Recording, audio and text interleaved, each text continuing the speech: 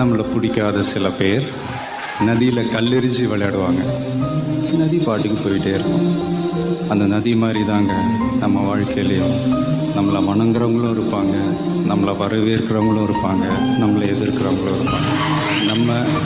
நம்ம வேலை நம்ம கடமையை செம்மையாக செஞ்சுட்டு அந்த நதி மாதிரியே போய்கிட்டே இருக்கணும்.